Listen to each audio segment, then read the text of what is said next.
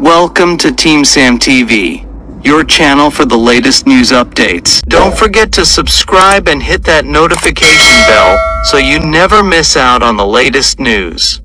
Initial na 8,000, na-validate na at piniresenta namin kanina yon. Out of that, 421 ang ghost projects. No? So, nagkaroon kami ng mga discussions with ICI on how to approach that together with the new special advisor. 400 description as in zero, wala sa location, dito substandard sir. Ghost. Areas sir, maybe general areas. Luzon, Visayas, Mindanao ito. Luzon, Visayas, Mindanao. Anong projects? Flood control lahat. Sir, paano yung so ibig sabihin, we're not just focused. Right now kasi sir, Bulacan yung medyo hawak natin ng mga resource persons. So with that, 400 para na new ghost projects, anong direction ng ICI? Yes, of course, malaking bagay yung direksyon na binibigay ng itong mga data at information na to. We will look into those. And kung meron mga ibang distrito or regions na pwede namin tignan, kompleto na yung mga dokumento at mga ebidensya din, puntahan natin yan. No? Malaking bagay talaga yung nakita na validate na nga 400. No? So, sa lawak nga nung universe, meaning yung mga proyekto to, nagko-concentrate na tayo dahan-dahan. Dahil bakit?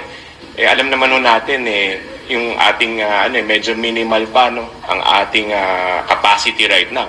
But as we move along, nagkakaroon tayo ngayon ng momentum, pabilis na ng pabilis ngayon yan. Now with this direction now na meron tayong 421 ghost projects, mas mapapadali yan. Initial pa lang. Initial pa lang. Wala, hindi mo na kami mabibigay ng detalye muna. Kasi the ICI has requested that in order for them to investigate this properly, is talagang ma-zero in itong mga ghost projects na to. And obviously, the Special Advisor, General Asurin, will also be focusing on these. No? And meron pa po kaming na-request na mga little bit of data information. Yes, meron pang request. May mga suggestions pa na sinuggest, lalo na si former Secretary Dave Singson, on how to further zero in on these ghost projects. No? Kasi I think our agreement is logical naman din, no, na yung ghost kasi yun ang low-hanging fruit yun. Meaning madaling i-establish yung liability and accountability kapag ghost project. No? Kasi ghost nga. No?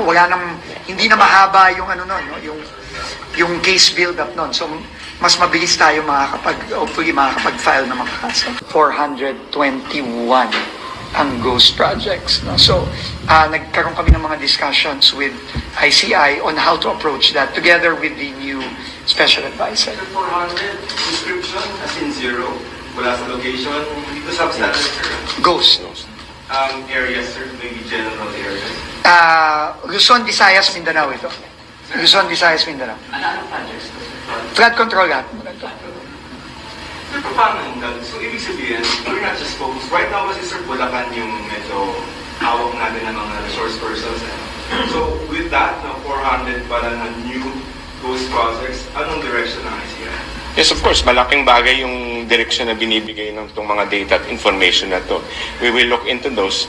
And kung meron mga ibang distrito or regions na pwede namin tignan, kompleto na yung mga dokumento at mga ebidensya din, puntahan natin yan. No? Malaking bagay talaga yung nakita na validate na nga 400. No? So, sa lawak nga nung universe, meaning yung mga proyekto to, nagko-concentrate na tayo dahan-dahan. Dahil bakit? Alam naman natin yung ating medyo minimal pa ang ating capacity right now. But as we move along, nagkakaroon tayo ngayon ng momentum, pabilis na ng pabilis ngayon yan. Now with this direction now na meron tayong 421 ghost projects, mas mapapadali yan. Initial pa lang. Initial pa lang. Wala, hindi mo na kami mabibigay ng detalye muna. Kasi the ICI has requested that in order for them to investigate this properly, is talagang ma-zero in itong mga ghost projects na to. And obviously, the Special Advisor, General Asurin, will also be focusing on these. No?